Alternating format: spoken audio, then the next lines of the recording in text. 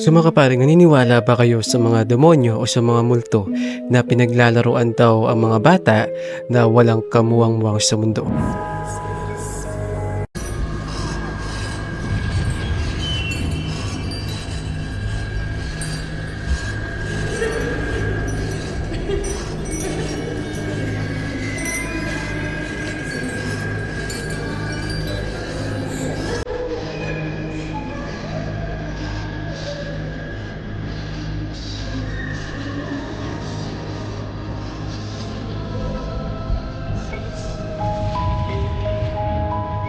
So kung mapapanood natin yung video na parang, o nga naman, 'di ba, parang may kumukuha. Akala ko nung una nagkakamot lang yung bata, pero yun nga sa pinakagitna, parang may kumukuha nga talaga, no, doon sa kumot. So, eto naman yung kwento nung tatay.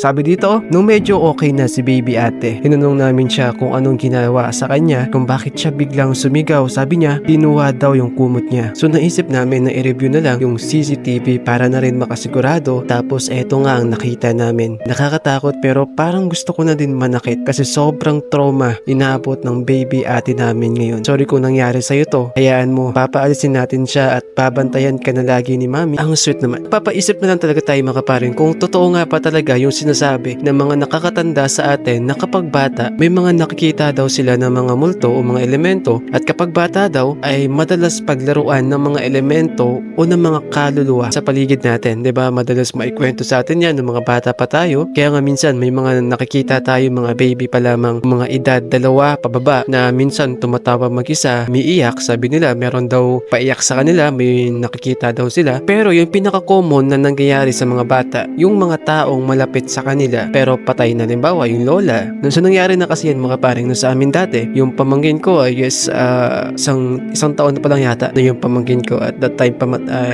patay na yung tatay tsaka nanay namin. Sabi niya, okay, umiiyak yung bata. Umiiyak siya. Tapos, meron siyang tinuturo doon sa harapan. At that time kasi medyo nakakapagsalita na siya. No, so, binabanggit niya yung word na lola, lolo. Yan, nakikita niya daw. So, medyo nakakilabot lang yun kasi paano nangyari patay na nga. So, doon lumakas yung paniniwala ng karamihan na ang mga bata ay nakakakita daw ng mga multo, elemento, kung minsan ay demonyo.